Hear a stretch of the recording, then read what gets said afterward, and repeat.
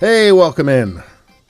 Well, it appears that Sam Harris is admitting that he was wrong about Joe Biden. Does this mean that he's suffering any less from Trump derangement syndrome? I doubt that very much. And let me tell you, there was a time when I was a big Sam Harris fan. I read several of his books. I admired his rationality. I admired how well he was able to articulate his arguments. And then came Donald Trump. And slowly but surely, my respect for him started to dim. And I don't think that Sam Harris is wrong about everything. I think in many ways, he's still a pretty remarkable guy. But he did show a massive blind spot.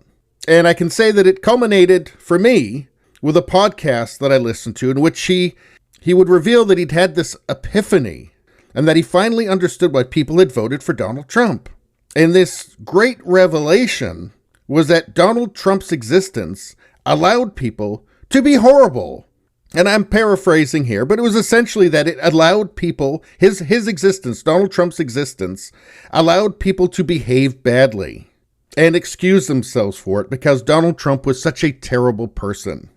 Yeah, and at that point, I realized the Trump derangement was complete and that he actually had no idea why people voted for Trump and that he was incapable of understanding why. And I found it kind of ironic, to be honest, just from somebody who talks so much about moral confusion. So, at least for me, it became obvious that his worldview was completely shaped by basically a pompous elitist snobbery.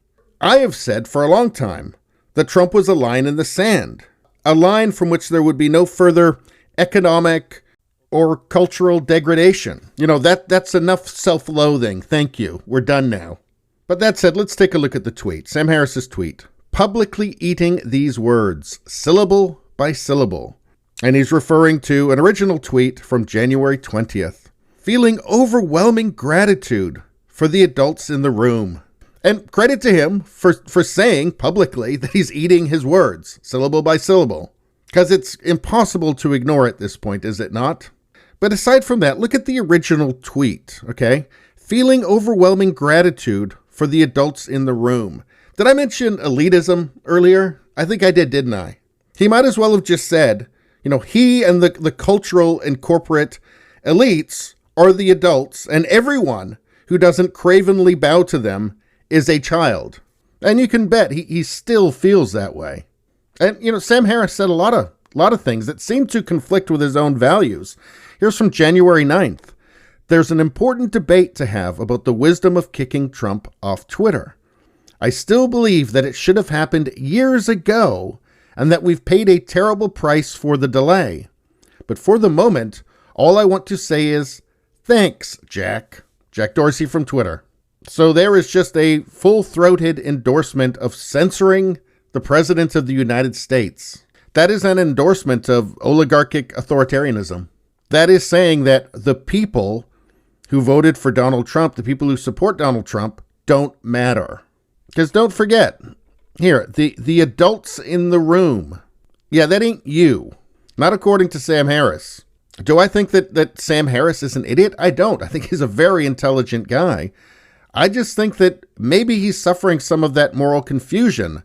It's essentially like, you know, the free speech guy is saying, well, yeah, but I mean, not if I don't agree with the speech.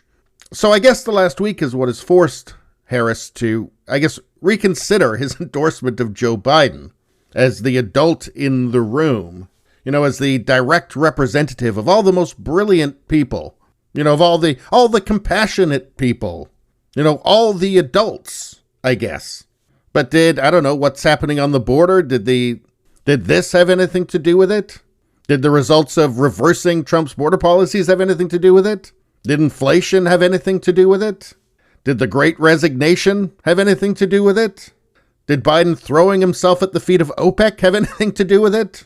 I guess only Sam Harris knows. Maybe he'll let us know in a podcast. Anyway, that's all I got to say about that. Please subscribe, like, and share. That really helps me out. If you just like to listen, there's the podcast, Radio Baloney. It's on pretty much every platform. If you look for it, you will find it. Thank you very much.